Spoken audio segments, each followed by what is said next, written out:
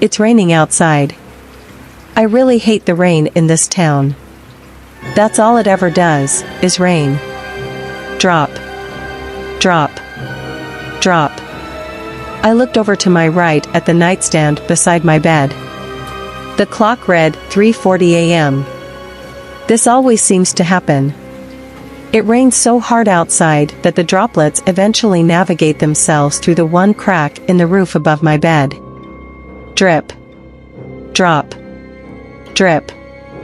Each droplet forming a steady rhythm as it hits a section of my bed. I drag my legs over the side of my bed, slowly lowering myself to the cream carpet flooring. As I hop off my bed, the cage on the other side of my room begins to rustle, and a little head pokes itself out from the tiny bars, squeaking and all. Noli, my pet ferret, is dancing around in her cage at the sight of me being awake. I walk over to the giant black cage she sleeps in, and stare at her with a half-awake smile. "No, Noli, it's not playtime now." "Hiss," she replied, in her normal bratty "I better have things my way" attitude. Drip. Drip. Drip. Walking back over near my bed, I reached into my nightstand dresser and pulled out a huge roll of checkered print white and black duct tape. Examining the pink sheets on my bed, I determine where the water is getting in through my roof. I jump up onto the bed, unrolling a section of the tape and ripping it off. Carefully, I place the ripped-off piece onto the dripping hole, then threw the duct tape roll on the floor. Huh. I thought to myself, why are my bedroom window blinds open? I thought I closed those before I fell asleep.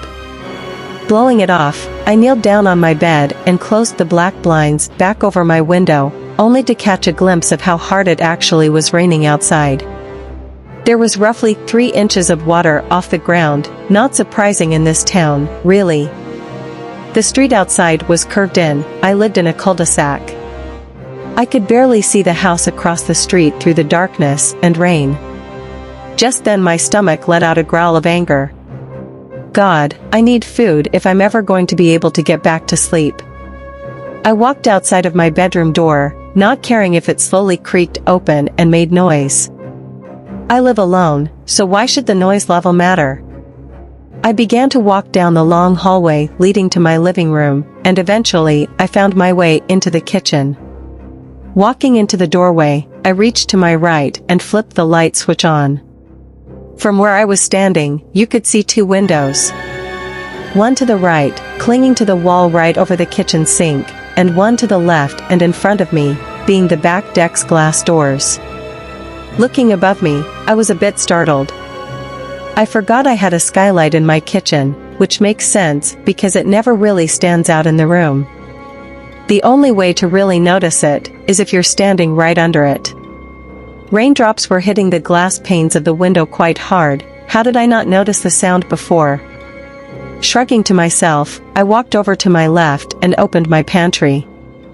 Nothing inside of it really seemed to catch my eye due to the fact that all the food in it required a lot of time to cook. Letting out a heavy sigh, I turned back to the light switch and flipped the lights off. The rain only got harder as I made my way down the hallway and back into my bedroom. Lightning and thunder had started up as I turned off my bedroom lights and sulked back over to my bed, defeated by the lack of quick and easy food I have. I pulled my bright pink Hello Kitty covers over my neck and let out a heavy sigh, only to hear an angry rebuttal from my stomach. I turned to my left and looked at the bedside clock. For 12 a.m., did it really take me that long just to go and check what's in my pantry? Jesus Christ, I must have listened to the rain longer than I thought. I closed my eyes and rolled over onto my right side, giving up on any thoughts of eating. The entire room was quiet except for the assault the rain was making on my roof, and of course, Noli squirming around and occasional hissing. I wasn't ready for what I was about to see when I opened my eyes. I froze, and a cold sweat spread across my entire body. My eyes were looking directly outside the window in front of me, only to see an entity staring back. I use the word entity because in no way was this thing human. Its skin was pitch black, and had various stitches across its face. Where its eyes were supposed to be, there were 2 vertical gray stitches. A hole was right in the middle of its face, so tiny, so minute, most likely this thing's nose. Its mouth was non-existent, only skin as black as the deepest depths of the ocean was there. Despite the fact that this thing had no eyes to stare with, I could still feel its gaze digging into my face. Its head was so close to my bedroom window that the breath from its nose was fogging up the glass. I laid there, my gaze locked with the monster in front of me for what seemed like forever. I couldn't even hear the rain anymore, I could only focus on its face, and its steady breathing against the window. I didn't snap out of it until Noli began to hiss violently. My head jerked back and looked at her, she was clawing at the cage bars, begging to be let out. I turned my head back around facing the window, and the creature was gone. No fog, no stitched eyes, nothing. Noli never stopped hissing, but nonetheless, I closed my window's blinds and laid on my back in the dark. My hands reached around beside me in the dark for earplugs, the ones I only used for those nights when Noli gets too hyper and decides to cause an earthquake in her cage. Was that thing just a trick my sleep-deprived mind played on me? I couldn't stop thinking about its face in my mind. The stitches, the never-ending darkness of its skin, the constant sound of its breathing against my window. I can't sleep like this. It took some time before my mind calmed down and finally decided that I'm crazy and desperately need sleep. I decided to roll over on my right side, eyes closed again.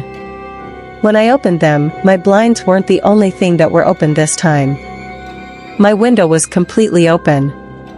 I stared, wide-eyed at the house across the street in the darkness. That thing wasn't there, staring at me.